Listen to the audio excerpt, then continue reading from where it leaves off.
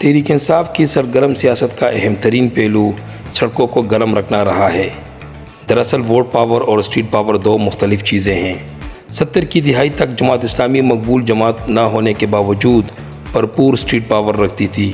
آج بھی جمعیت علماء اسلام اور تحریک لبیک پاکستان قومی انتخابات میں بڑی ووٹ پاور کی حامل جماعتیں نہیں، مگر ان کی اسٹریٹ پاور سے ہر کوئی خوفزدہ رہتا ہے۔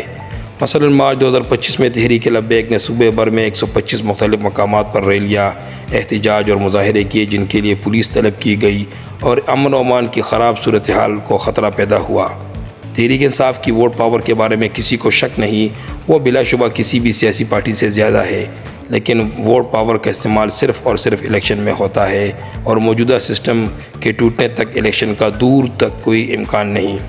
پنجاب حکومت فی الحال بلدیاتی انتخابات کرانے کا خطرہ رسک لینے کو تیار نہیں۔ اس صورتحال میں تحریک انصاف کی ووٹ پاور موجود ہونے کے باوجود غیر متعلقہ ہے۔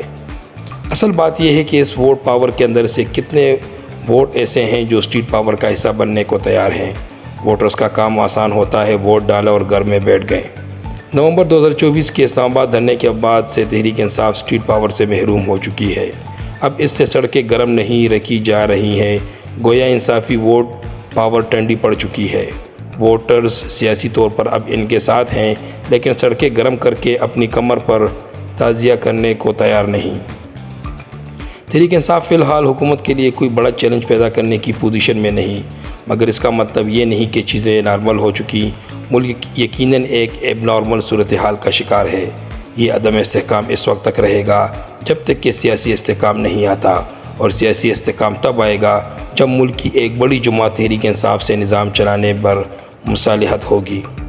حالیہ دنوں میں حکومت میں کم اور تحریک انصاف کے حامیوں میں یہ احساس شدت سے جاگ گزر رہا ہے کہ تحریک انصاف کو حالات معمول پر لانے کے لیے ایک قدم پیچھے ہٹنا پڑے گا، تبھی عمران خان کی رہائی ممکن ہوگی اور سیاست کا سفر شروع ہو جائے گا۔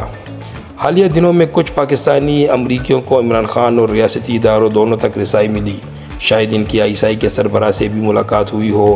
اس حوالے سے جو تفصیلات سامنے آئی ہے وہ PTI کا موقف ہے، اس میں ریاستی موقف کا فقدان ہے۔ اس خوش فہمی ملاقاتوں نے تو اعجاز چودھری اور یاسمین راشدہ کی رہائی کا شیڈول تک دے دیا تھا۔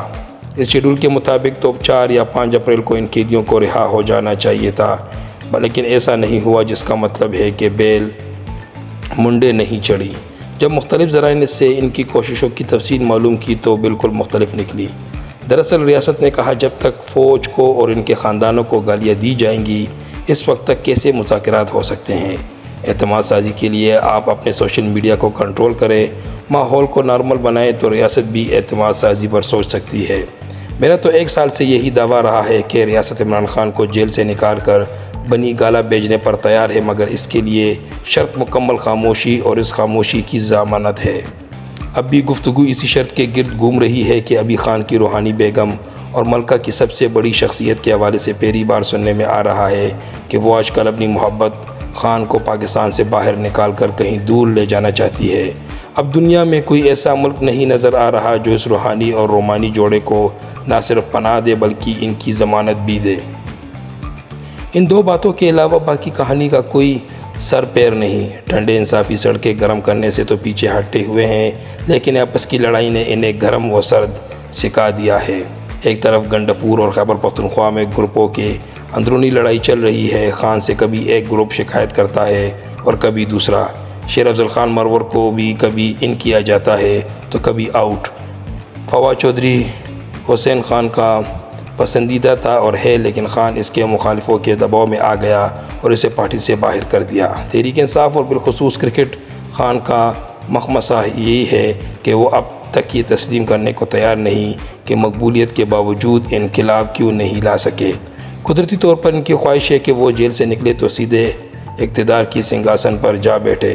وہ سمجھتے ہوں گے کہ وہ مقبول ہیں، آزمائشوں سے گزر چکے ہیں، اب مشکل وقت کٹ چکا، مگر جب آزمائشیں ختم ہو تو انتظار نہ لو، بس اقتدار ان کا منتظر ہو۔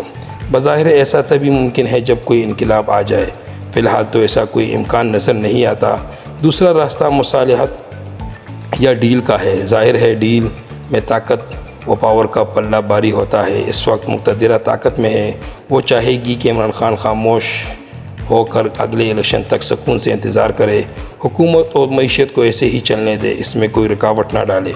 دوسری طرف کپتان اور اس کے حامی چاہتے ہیں کہ خان اور اسیران جلد از جلد باہر آئیں اور آنن فنن نئے الیکشن ہو۔ حقیقت پسند اور مقبولیت پسند سب یہ سمجھتے ہیں کہ درمیانہ حل یہی ہے کہ خان جیل سے نکل آئے اور تنگ ٹینگ بنا کر منصفانہ انتخابات کے بعد اپنی حکومت کی تیاری کرے اور اسے بدلے میں مقتدرہ کے تحت قائم موجودہ سیاسی حکومتوں کو چلنے دے۔ دہشت گردی اور ملکی استحکام کے لیے غیر ملکی اور ملکی سازشوں کے خلاف حکومت اور اپوزیشن مل کر کام کرے۔